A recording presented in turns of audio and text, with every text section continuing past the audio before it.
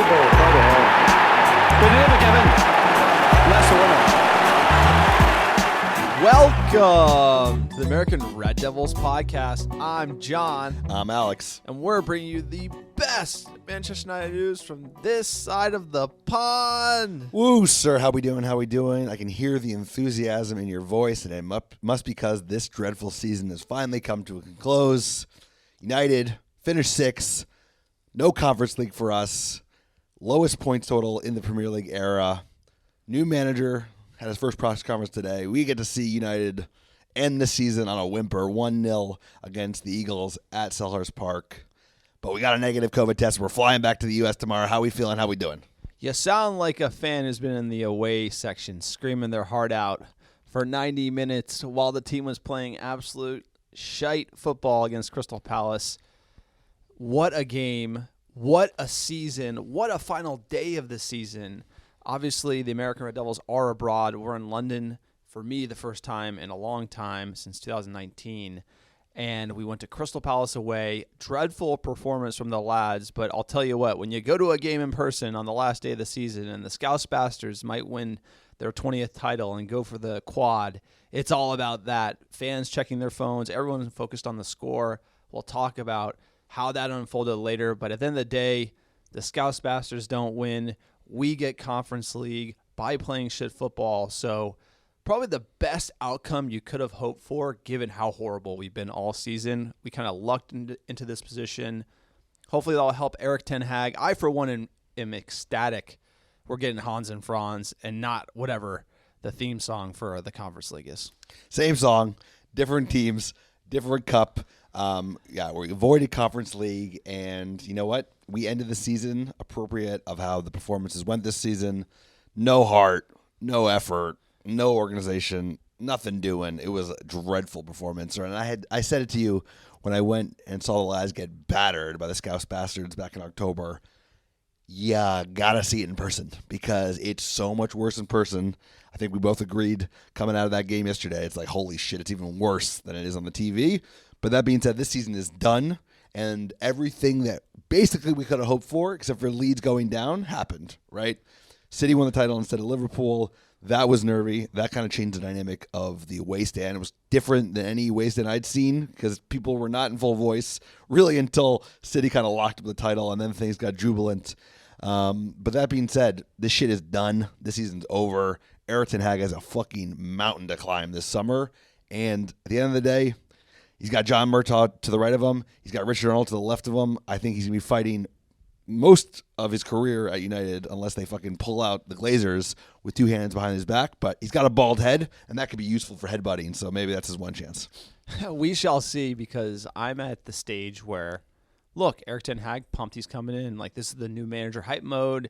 He's going to say everything. Like, we're going to get to the presser a little later on the podcast. We got that clip for you. Saying all the right things, looks like the guy, great track record, and then he runs into the disaster that is Manchester United, and it just consumes him.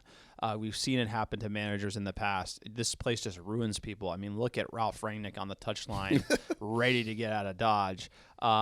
Let's hope that's not Erik ten Hag next season, and it all comes down to the board, in my opinion.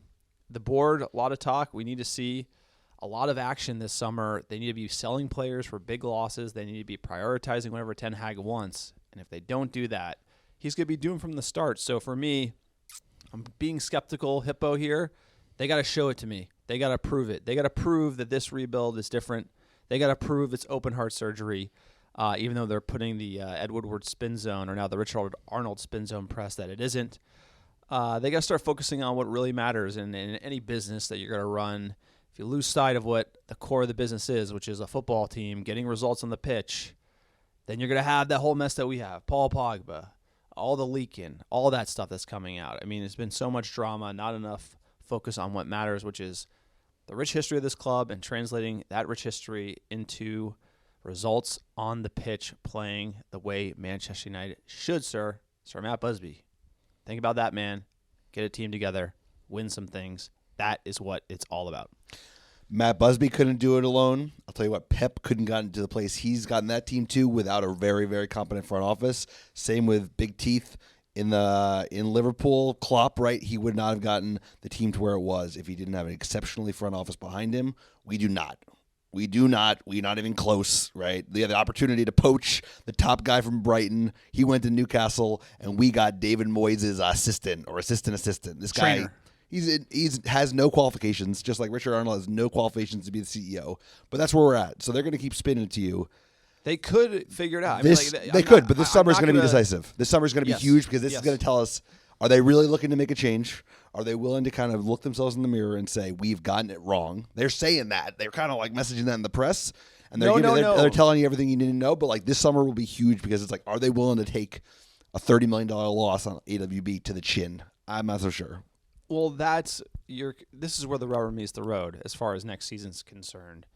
They didn't take the L, sir. They blamed it on other people and fired them. Yep. Which is definitely a move. Like if I owned an NFL team and we were horrible, or if I owned the EPL team, I would have fired everyone, including Ed Woodward's number 2. And I would have said it's all their fault, and I would hire fresh new people with the right CV, resume to back it, the guys that should be running us forward. Now instead they did kind of a half in, half out. Let's get in the number 2 under Ed Woodward. He's good at siphoning off cash on the football. And Murtaugh, he's a company man. We can trust him. They can figure it out, but they have a lot to prove. And so the chips are stacked against them. Ed Woodward's number 2 and a guy with not a lot of experience in a front office that needs to do a ton of work. Now, if they're ready for it and if they put in the work and the board says, yes, let's sell Aaron Wan-Bissaka for $9 million back to Crystal Palace and take that hit, then so be it. We're going to see some change, but I'm going to wait for that change. And, opinions are like, you know what? Everyone's got one, and as far as where this crew's going to end up, who knows? I just am skeptical of kind of that front office and the work they're able to do given our history in transfer windows, like not signing a new CDM to replace Matic, which Rangnick brought up. Like they just aren't even figuring out like the positional requirements of Manchester United, like the center back we've been needing to sign for 3 years. Like Gabriel was one of them, went to Arsenal. The woes continue, so let's just watch it play out, see how it goes. I have a feeling we're going to be disappointed here. I have a feeling we're going to be disappointed as well. I've seen this movie before. The fact of the matter is, as fans, we're behind Erik ten Hag. I think all fans are behind Erik ten Hag. But you're only as good as the team around you. Like you said, it's like, have they really taken a look in the mirror and said, hey, we fucked up here, and here? I don't think so. They brought in a new team that's basically the same as the old team, fired the rest team, blamed them. But they're going to have to do things differently, be willing to like change the script if we're going to get to a place of winning stuff again, challenging.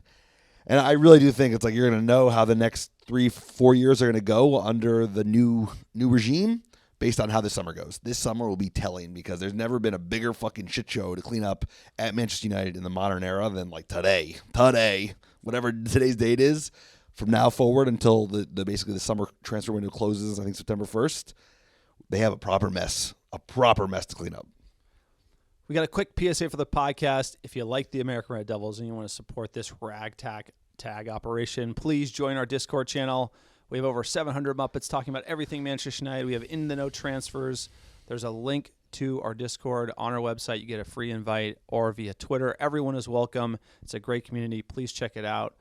Also, if you like the American Red Devils, you want to support us, check out our Patreon page. It's the best way to support the American Red Devils. We don't have any sponsors on the podcast. We do it for the love of the game. You want to support us, check out our Patreon page, www.americanreddevils.com, www.patreon.com/AmericanRedDevils. The first one was our website. You should check that out, too. We have great fan-generated blog content as well as an awesome online store. We just got the prototype of our Munich air disaster scarf commemorating the 65th anniversary of the Munich air disaster that we will be selling in our store this summer. So once those come in, it looks phenomenal. We have other great pins, stickers, and scarves as well. Please check that out. Sir, tell me about iTunes reviews. iTunes reviews or reviews wherever you listen to the American Red Devils are a great way to support the pod. They don't cost any money at all, and here's how you do it.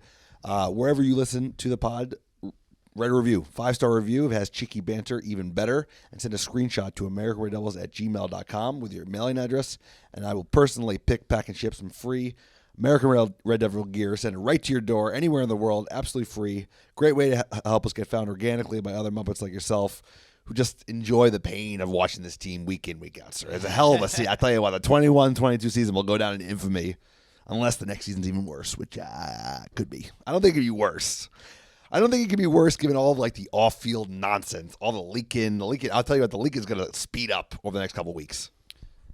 But when your team's down as a fan, it's a challenging time. But that's when you need to back your team, because if you want to be a fan during the good times, you better be a fan during the bad times. That's just how I am as a fan. And like sometimes the bad times are enjoyable. Sometimes the challenges of rebuild are exciting. That you're following more of what the front office is doing.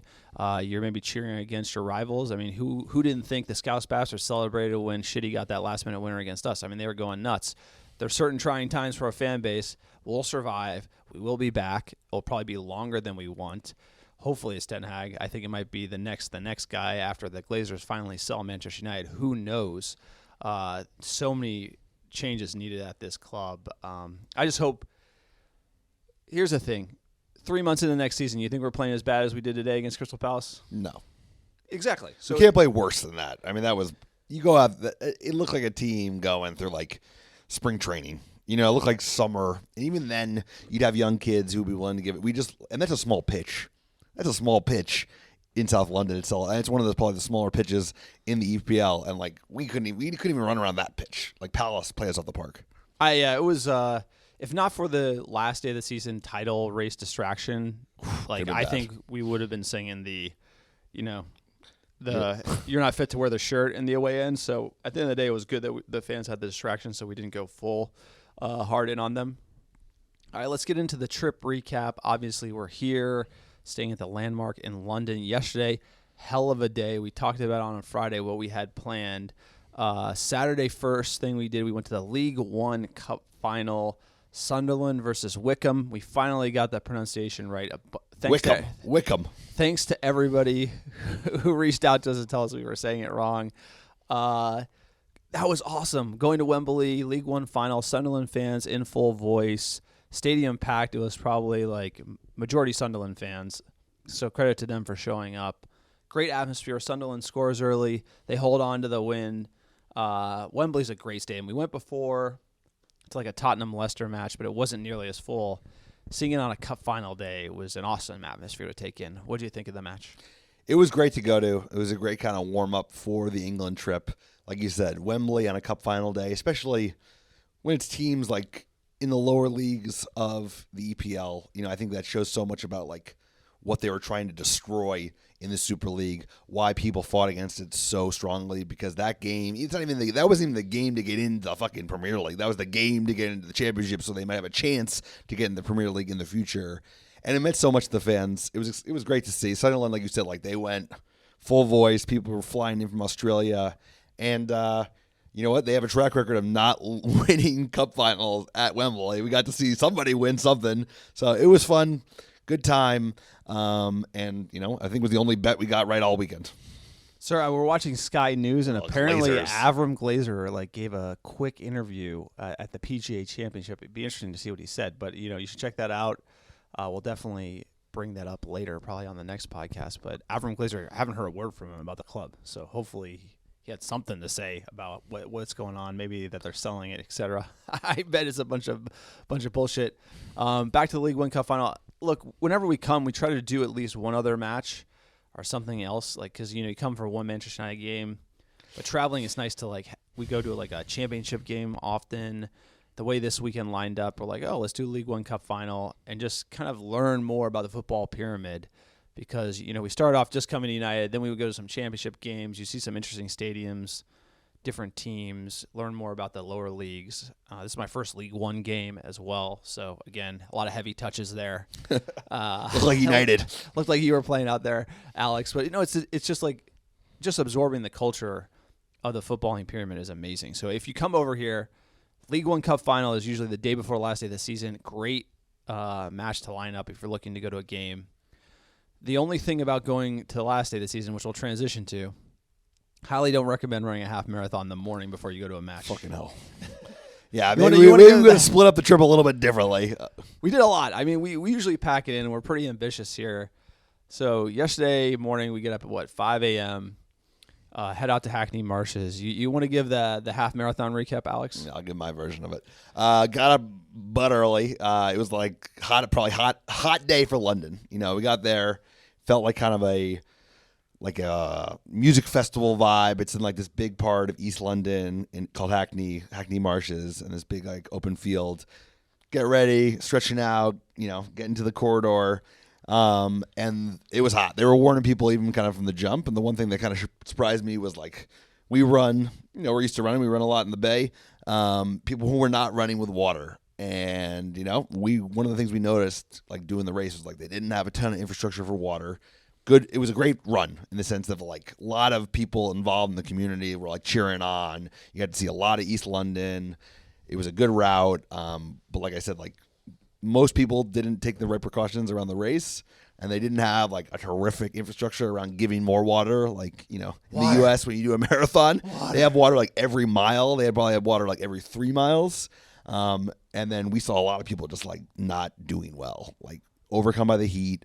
A lot of people looked in like really bad shape or worse, which, you know. No, people were literally like the end of the Passing race out. were like people are collapsing. So like me and Alex were like, yeah, let's go out. Like we've been running a lot. Let's do Beat our time. a half marathon, you know. And then we come out. It's like it's late start. It's so hot. It was like kind of freaky stuff. People were like absolutely collapsing down at the end of the race just because of the heat. So. You know, it was the half marathon was way harder than we thought. So we're like, we finished the race as like dead. So with a beer. Yeah. Okay, when you finish half marathon in the States, you usually get, you know, like banana, ton of like electrolytes, like Gatorade. They have like a ton of things. You finish a half marathon in the UK, they give you a beer and like a Red Bull. Like, you know, people are like, Good luck. People are like falling down, passing out from the heat, and like giving you like an energy drink and like a beer. That's pretty much all you get at the end of the race. Like no food, no nothing. You're on your own. Unbelievable. So then we're like cab back, go down to Selhurst Park. We're pretty much like dusted from doing the half marathon. Alex started getting some ales in. Fortunately, you didn't have enough meat pies. We ended up opting for some pizza before the game. Away fans absolutely ripping. We get into the game, and like the away section is just roaring. Everyone's ready to go. Like fans right behind. Like the away support is incredible. We highly encourage any fans who are up for it to try to get into a match, experience that environment. But, you know, we had to get our tickets pre-match, sir. You got a story about the pre-game for Crystal Palace. So I'm dealing with like the ticket procurement gentleman. I'm getting my tickets from the gentleman that had our tickets. And I disconnected from John for a minute. I turn around and he's like chewing out Andy Mitten in a spate with Andy Mitten. Twitter out live. Sir, what was going on with you and Andy? What were y'all chatting about? I came into it. It was I don't like think I wasn't slaying anybody, but you know, I saw Andy Mitten. And he blocked the American Red Devils on Twitter. I think it's because I said something about his. He had an interview with Ed Woodward that I thought should have been a little more to the point, and so he blocked us. And then so I saw him he was selling his fanzine, so I went up to him and just tried to have a civil conversation. Your internet meets, you know, in person, sort of a Curb Your Enthusiasm moment. I tell him like who I am, like, you know, hey, you blocked me. I don't think he knew who. Obviously, I don't think he knows who we are. But then he was like, "Are you slagging me off?"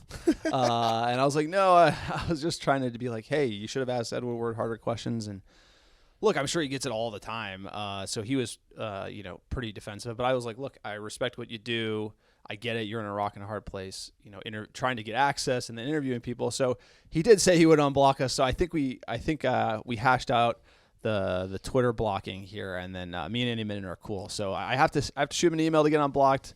We'll keep you posted. But, you know, I saw the opportunity. Decide to bring the internet live. You can take me out of New Jersey, but you can't take Jersey out of me. That's kind of the way it is. That's how we do it. We're back on Andy Mitten's camp. He's a good man. He's trying his best, and like, you know what? Shout out to Andy because he's trying hard, and you got to appreciate that. Like trying to bring a different perspective, not easy. I think he's like bootstrapping a lot of it. But that was how we started the day. Like you said, United fans rolling to Selhurst. That is an old school fucking stadium, like old English in every sense of the way. I'd been there at night for a game on a Monday night, blattered. I wasn't nearly as lit up this time.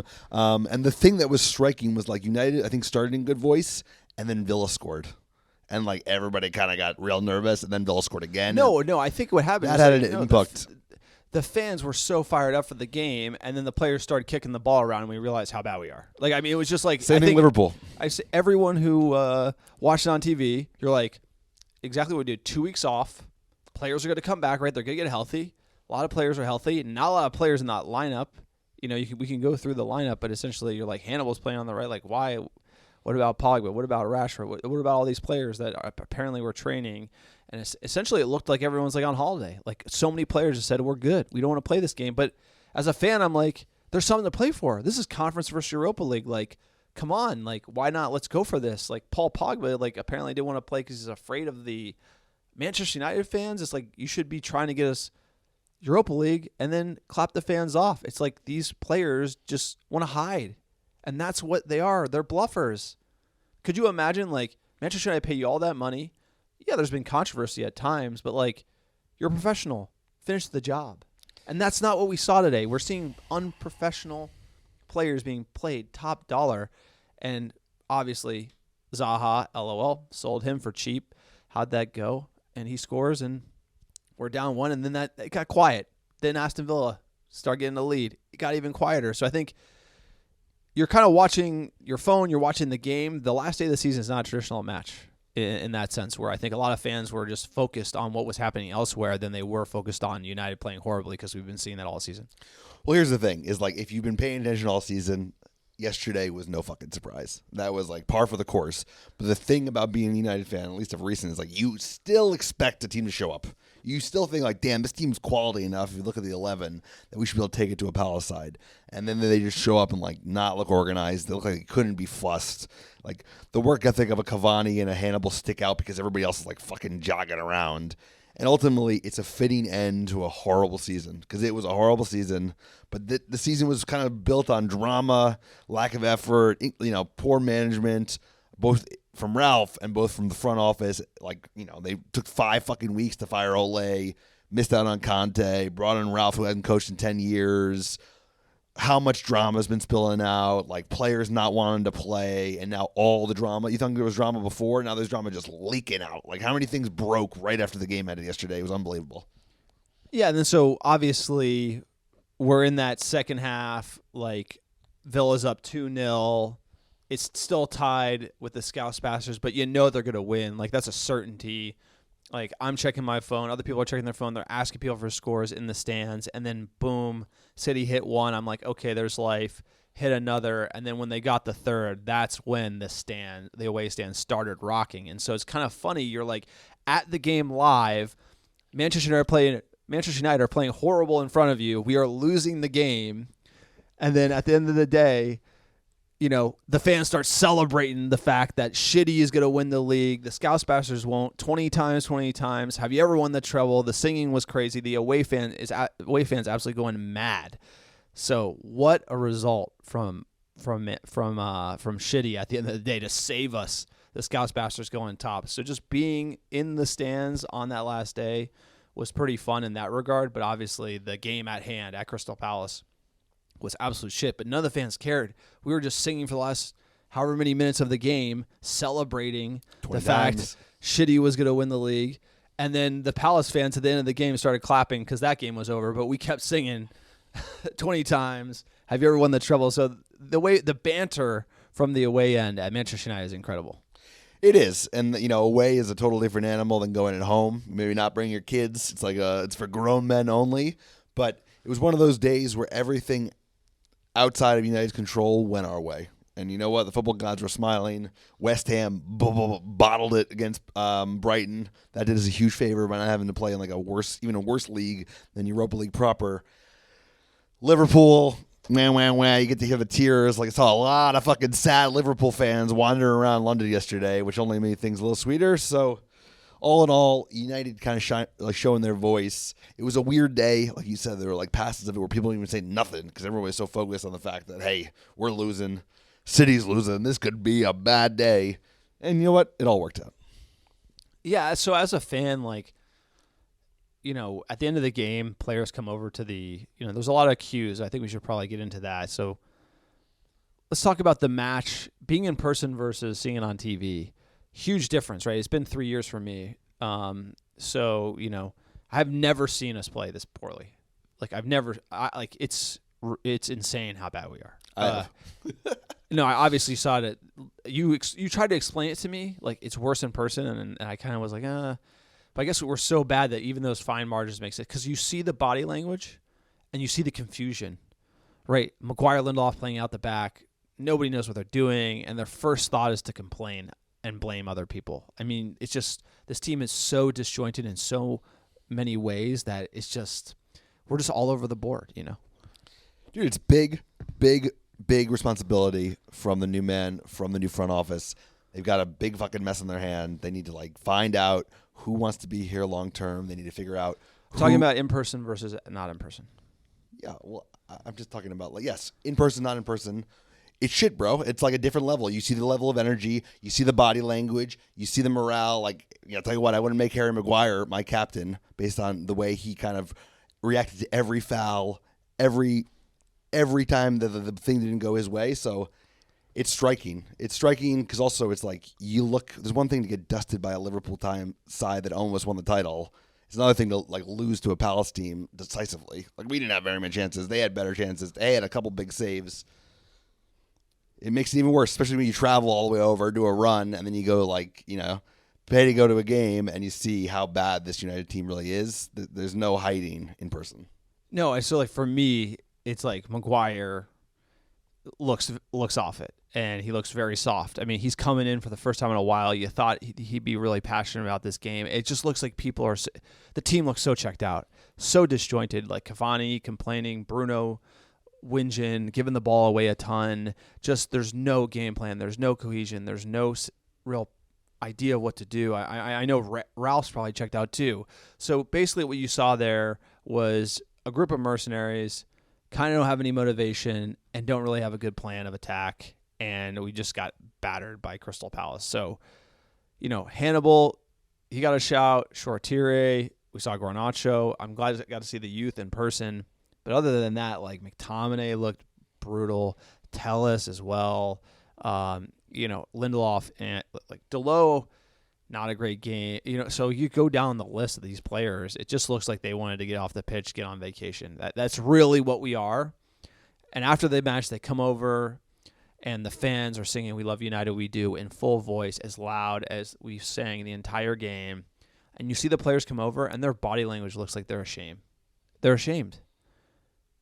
They're ashamed that the fans cheer them so intensely and love this club so much, and they put out that performance. So they didn't look happy. Bruno looked the most hurt of anyone who came over. Cavani waved goodbye. Mata looked like he was waving goodbye. De Gea clapped everyone up. Maguire didn't look bothered. Certain players don't look bothered, but like certain players it did bother, and it was interesting to see that dynamic. Their body language is like they just finished that game. They're probably thinking about their own stuff, and then you see these fans that travel and support them with so much. Dude, the effort for everyone to come down it's unbelievable how much we support that team. That's why I love Manchester United. That's what this club's about. The support is incredible. The fan base is unbelievable. And these players got to start showing that it matters. And I think today you saw that realization live. Like those players knew they didn't deserve that support.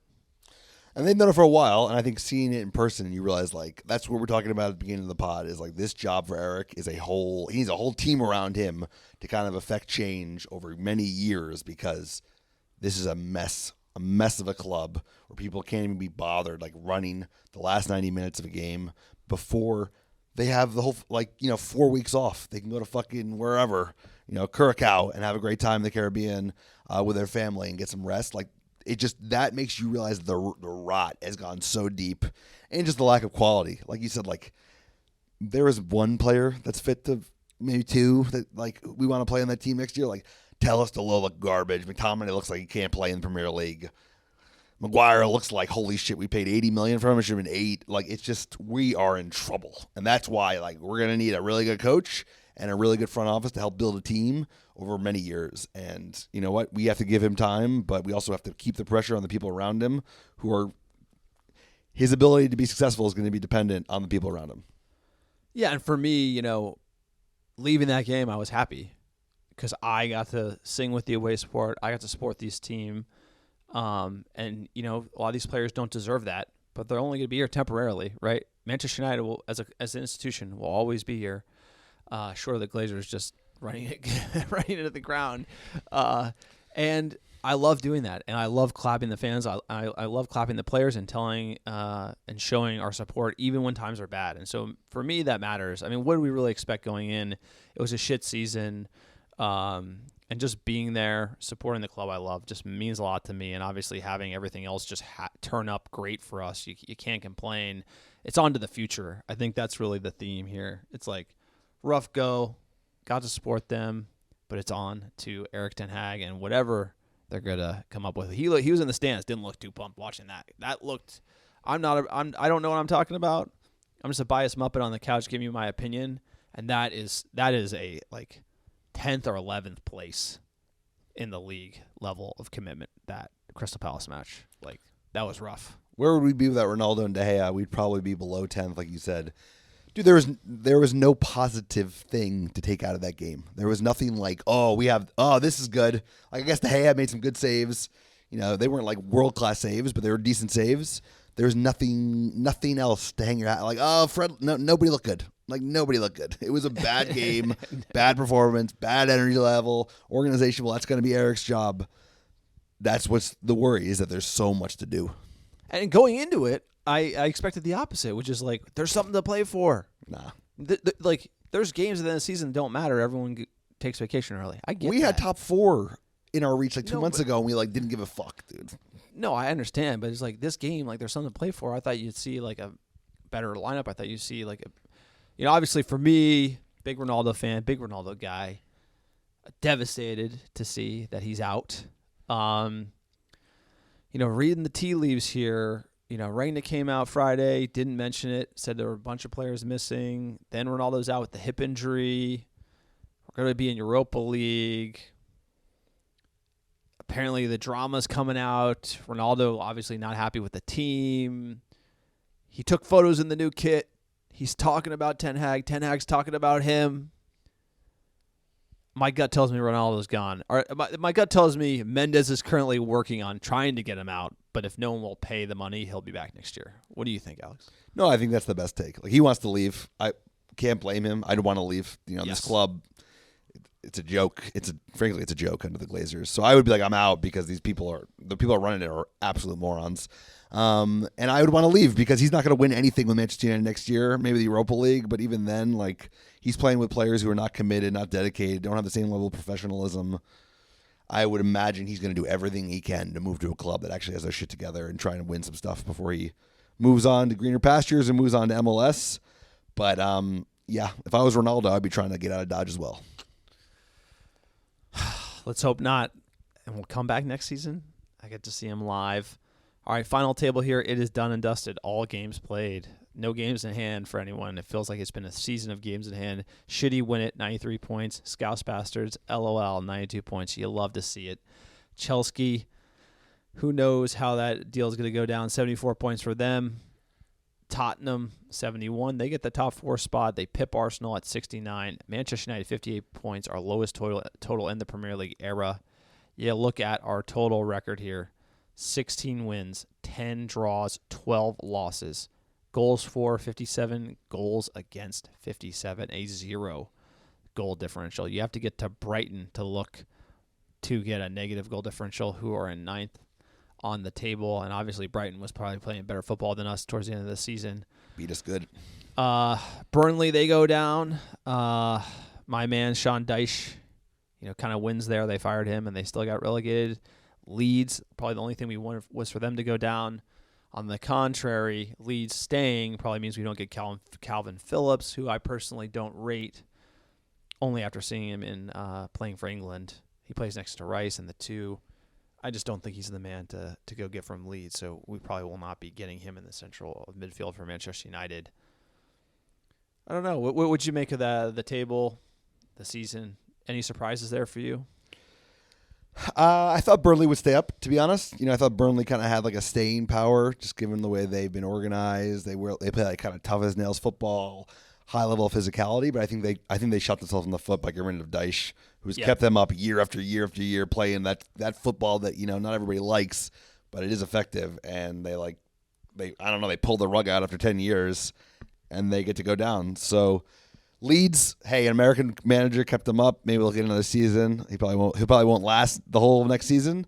But that being said, like, you can't get everything you want, and I'd rather have Leeds stay up than Liverpool win the title. And also, like, Arsenal not finishing in top 4 after how arrogant they got. You know, all we have now is banter and laughing at our rivals. So it worked out in that It's regard helpful, pretty though. well. When you have 20 titles, they have 19. You've won the treble in 99. That's like the I'm not best team discounting ever. that. I'm It's like- talking about more of the Arsenal thing. Yeah, totally. But all the banter went our way. Tottenham get top 4. I think that's a surprise. Leicester City finishing 8th. That's a surprise. Wolves as well, 10th. They kind of had a rough year. Newcastle coming back in the second half of the season, obviously with that new injection from their new owner. And then Everton, that was a huge surprise. So, you know, a bunch of people are always rising and falling in the Premier League, right? What a league. I mean, this kind of speaks to it is. There was never any doubt, but the best league in the world. Don't change a goddamn thing. Super League, how dare you? And David Moyes chokes to course. give us Of course he does. Europa League football. They lose in the semifinal, I believe, and then they choke it to give it to us. So, David Moyes, we appreciate you. Tons of banter here. Seems to be all going our way. Also, Stevie G with the 2-goal lead bottles it, gives Shitty the title. expect? I mean, He's a slips bottle, on he's the got a banana bottle, peel bro. again. I mean, like all the banter's going our way, and when you got banter and it's going your way, and your team's playing shit, kind of makes up for a little At bit. least you got banter. You got something. All right, so we went through the table. We're going to do the Erik Ten Hag presser. We're going to just play that audio for you real quick here. All right, Erik Ten Hag. Marcus, yeah. And today I'm happy to meet all. But I'm really excited to be here. It was a really warm welcome here in the club. And I'm looking forward to work in this club, and I'm looking forward to cooperate with you all. So it gives me energy. Looking forward to the new season. And today I feel quite well. I feel welcome. This is my home, and I want to achieve success. Okay? So please raise your hands to ask a question and state your name and news organisation when called. We'll start with Simon. Hi, Eric. Hi. Simon Peach from Gary. Welcome to Manchester United. Thank you. You've been preparing for this job for a week or so now in England. You were at the Crystal Palace match yesterday. What are your first thoughts on what you were taking on, and what areas have you pinpointed that need improvement? I make analyze, and I think we are in the lead of the process now with this start. Before season starts, we have now a couple of weeks of break. I make analyze, I observe, and I will set, of course, conclusions. But I keep it now for myself. It's in the previous season, and we have to go to next season. Ian Custis from the Sun. A lot of very good coaches have sat there and said they want to bring good times back to Manchester United and haven't. What makes you confident that you can do that? Yeah, it's the confidence is that I have a good feeling with the people around. I have a good feeling from the meetings. We have a plan, and now it's about to get the plan done, to get it into process, to cooperate, to be consistent in our plan. And when we have good people around with the right connection of the right commitment, we will achieve the success we want to. What's the plan out of interest? The plan is huge, and we only have a short time. But of course, we will first roll it out to the staff, and we roll it out to the players, and you will see. All right, he's got a big plan. We need a big plan. The question is, will the board back the man's big plan? What do you think, sir? I think based on Joel Glazer's haircut, I would say don't count on it. Jesus, guy, that guy is unfaithful and looks just not to be trusted. Just like if you ever saw a shady operator in your life, it's like rat tail, no hair, and a dirty goatee. Joel Glazer, 101. You know, Eric, Avram. I'm back to Eric. Is that Oh, so, Avram? no, Avram Glazer, not Joel That's Glazer. Avram Glazer. They're both ugly as fuck. Back to Erik Ten Hag. Like, his English is not perfect. I think that I actually might be a benefit to him, like next season, given all like the gotcha pressers he's going to walk into. So he kind of just like, he's already kind of taken the approach of, how do you treat journos? You keep them in the dark and you feed them shit like a mushroom, bro. And I felt like that was kind of what he did today, was just like, I'm happy to be here. This is home. I get comfort around the people I'm around. We have a big project, positivity, and he's just like kind of playing it straight. But also, I think he can lean on like his lack of English to just like give him really short answers without telling him nothing. That's a great point. It really is, because he did play coy. He's not going to talk about the plan. You don't give him too much, like you said. As fans, you try to look into these pressers. I think the broken English makes it hard to read the tea leaves a little bit, versus like a Rangnick or an Ole, or even a Mourinho, who's like slating your European record. We've had all versions of different pressers here. Jesus. But what he said was, it's about executing the plan, right? He commented, it's about getting it done. Consistency, right? And so what does that require? It requires the backing of the board. Now, we saw the interview on the TV, and we just got the quote from Avram Glazer. Does not say much about Manchester United. He says, quote, "We're going to work hard to make next season a better season. We've always spent the money necessary to buy new players." Fuck you.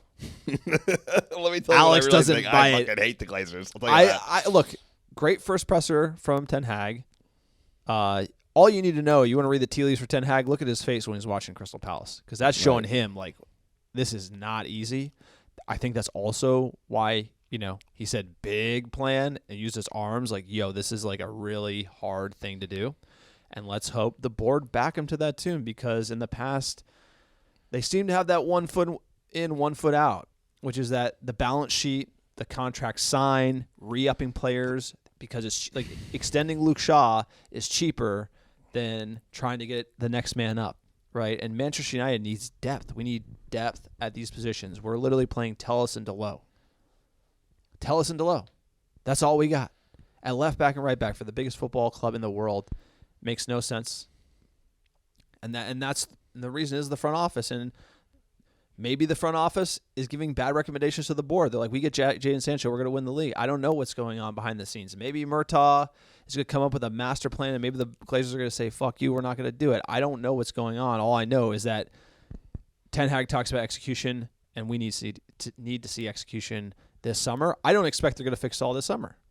But over this summer, over the winter, and over next summer, it should be fixed. Just like we should have signed another striker when we got rid of Martial, and obviously Mason Greenwood was unavailable. We needed an attacking option. They did not act, and that tells me front office is disjointed. Front office and or board is disjointed in their plan for next year, and hopefully there's some alignment, and hopefully we can move forward. At the end of the day, a leopard does not change his spots. The Glazers are like, they don't care about this club. They have nothing but contempt for the fans. They think we're a bunch of numpties who will just keep buying their shit product over and over again, no matter how much junk they throw down our throats.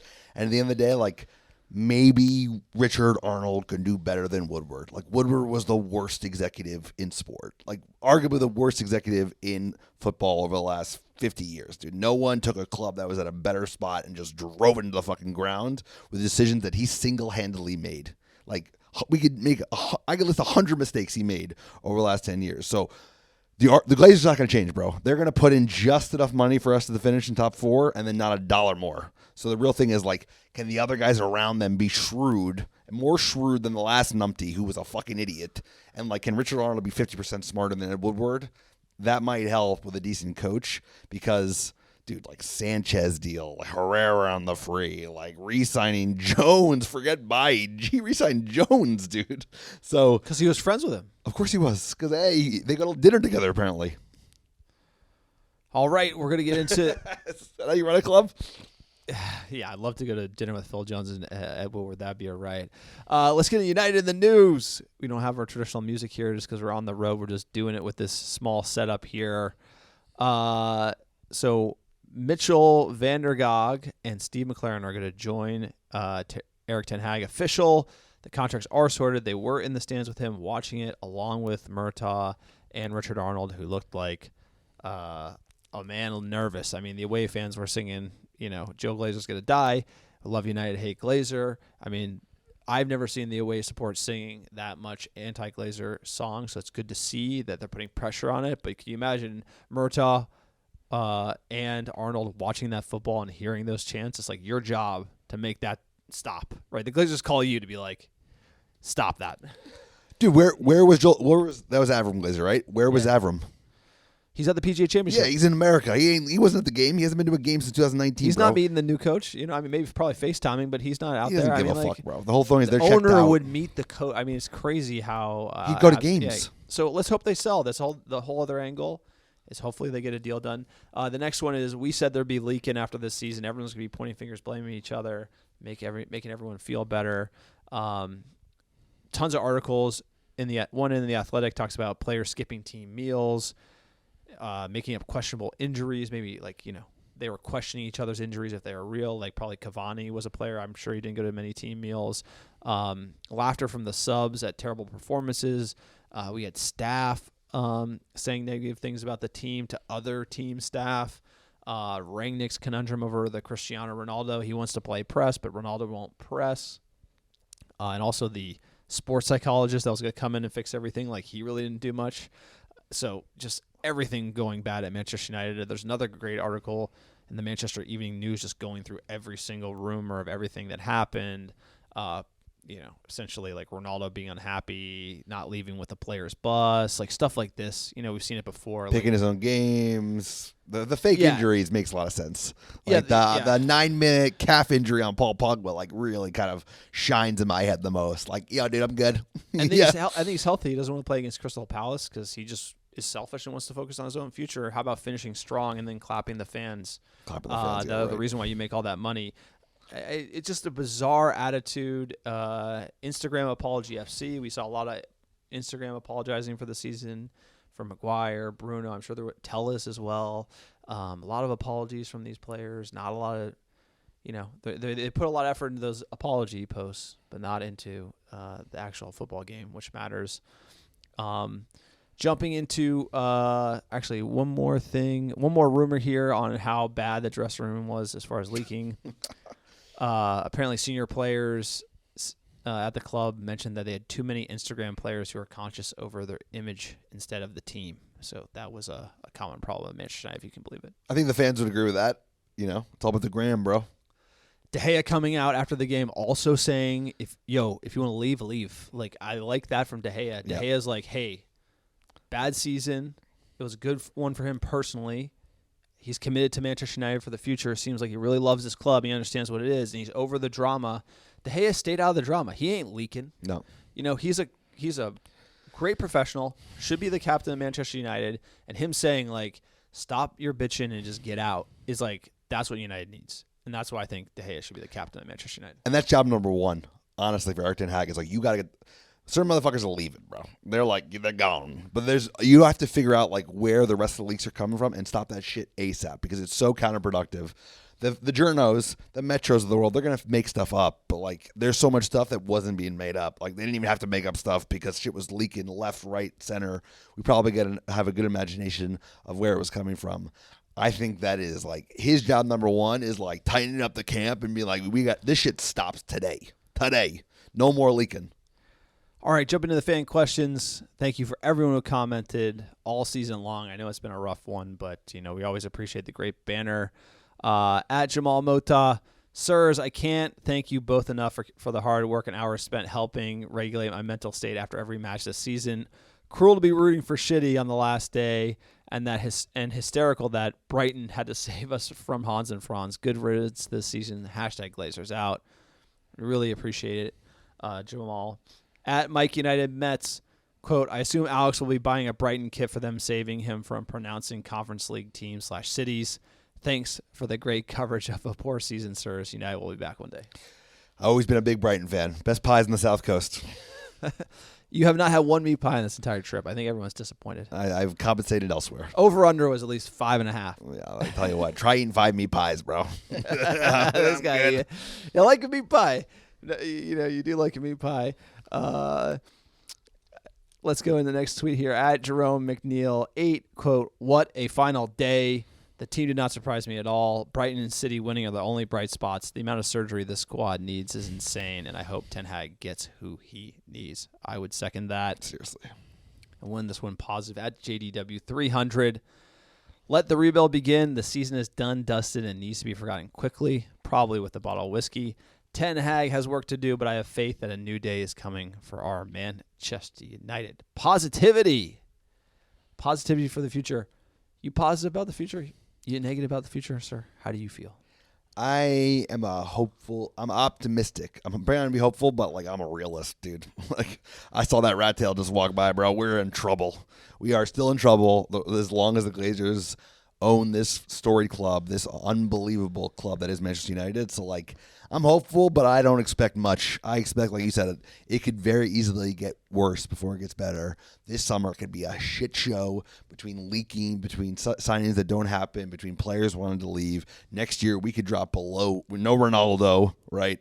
Most likely, we could drop below 6th in terms of where we finish. But as long as like there's a plan to get there, and Eric's given real autonomy, like real control, in a way that I don't think a lot of the previous managers had, then maybe we'll get there slowly, but like I'm not hopeful. I don't think we're going to win anything of merit while the Glazers own us. So that's kind of be the force. It's like let's keep the pressure on the sponsors, what they only listen to, which is money. That's the only thing these people care about. And then maybe they'll sell the club because, you know, I heard there's like a rich British dude that was keen on buying Chelsea. Hey, Manchester United are a much better club to buy than Chelsea are. I'll tell you that. You know, for me, there's a difference between finishing 6th and playing like we have this season and then finishing like 7th and seeing some promise with a new young manager who's starting to grip the wheel at Manchester United. And that's what I hope for. I'm kind of done. I expect no trophies. I expect a fight between Ten Hag and this social media FC locker room, soft serve FC locker room. And I just hope he wins, and I hope he has the backing of the board to do that. I mean, to me, that's what next season's about. If we brought in a Conte when we got rid of Ole, maybe some of that would have been hashed out. Maybe like Maguire would be training with U23s or something like that. Maybe some of the drama would have been stopped. But right now, everyone's bluffing. Everyone's bluffing on social media and then leaking to the press. And that bullshit has not been dealt with yet. And so it's Ten Hag's mess to clean up. So I really think he has to fight that fight first and do as much as he can in the summer, because next season there is so much to replace in the team. We're not going to get it. He's going to be fighting with one arm behind his back. We got to back him, but I hope he wins that sort of battle for the dressing room and earns respect amongst the players, and you can start seeing him be treated with respect and start seeing that, building that cohesion of a team that will actually try hard, because we know the football he wants to play. We're not going to play it next year. It'd probably be spring of next year when you start seeing, you know, just the fruits of the fight. That's how long it takes. You saw LVG do it. It took 2 years for us to finally get how to be playing the way he wants. 2 transfer windows. It's going to take time. I just hope to see it going in the right direction. But again, my expectations are low because I have a feeling that might be 2 hands behind his back fighting if the board doesn't make the moves that need to be done. It can't all be done this summer, but a lot needs to be done this summer. And like, I'm fine with Delo. As right, you know what I'm saying? You're going to have to say, okay, can't get rid of Harry, got to keep Delo, McTominay's in there. You're going to have to keep some of these guys, you know, and you're going to have to deal with it next year, and Ten Hag's got to deal with it. But as long as they're not bitching and leaking to the press, I'm fine. But I'm willing to support this team. I just want to see him start to grab that wheel and start getting control of United, because we need a manager who can actually like call the shots. Yeah, but you know what? The window has started. It's not started, but like signings have been starting to be announced today, right? And the first thing is the Kamara guy leaving Marseille on a free. He's going to Aston Villa. I'm not saying he's United quality, but we need bodies, and we need bodies in central midfield, and he was free. And you know, that's a price I know the Glazers like. So this summer is going to tell us everything.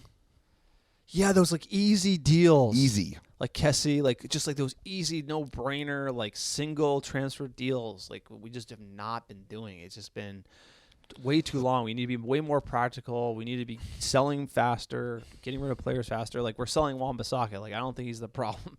You know, at the end of the day, like you could play with Wan-Bissaka. Like, you know, I don't think he's the guy, but like I'd rather keep him before I don't have somebody else. You know what I'm saying? So the plans leak in. We're only seeing certain parts of it. You know, There's a big plan. There's a big plan to big Colton plan. Herring. He's a big plan. He's Great just plan, big plan. Give him nothing. Yeah, he's learning that already. Don't give him shit.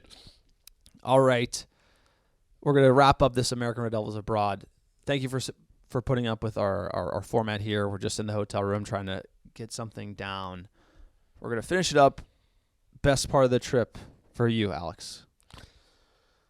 Surviving the Hackney Half, sir. That was a hell of an incursion. I can't believe we stacked that with the game. And then, United finding full voice, like just enjoying Liverpool losing, because everybody likes to root against Liverpool. Nobody likes them. Nobody likes their fans, even though everybody acts like they're such a likable team. They are unlikable. They're as unlikable as they come. So that was sweet. Enjoyed it. What about yourself, sir? Yeah, it had to be the 80th minute when Shitty scored, and you got to see what football is all about in England. 20 times Man United, right? Holding the line on the 20 titles, holding the line on the treble in the 99 team, being the greatest, hearing the songs being sung in the way in, singing them with the fans. Like, that's what football is about, holding on to what we have. Our history is so rich, and the fact that they won't win the quad is just feather in the cap. Supporting Real Madrid. Let's hope they only win the FA Cup and the AFL Cup when they thought they're going to be the greatest team of all time. That would be a fitting way to end the season. But, sir, I think as far as banter goes, we've gotten it so good, I have to think they're going to win the Champions League. Banter FC, bro. That's all we got. We're Bants at the But moment. it matters. It matters. I mean, like, the Liverpool fans would be texting me like crazy, so instead I'm texting them the photo of Salah celebrating like he thinks he wins the league, and the fan in the stands like telling him like, no, you didn't win. Like, that's a great meme. That's a great reaction. I recorded a bunch of audio from the away section, and we're going to finish the pod with that. We appreciate all the American Red Devils. Please make it out next season. It's always great to do a trip to London, watch some football. It's been an unbelievable time. Enjoy the away end audio. Everyone have a good one. We're going to get you a podcast probably in a little more than a week. Alex is heading on vacation, and we'll update you on all the transfer Muppetry. Have a great one.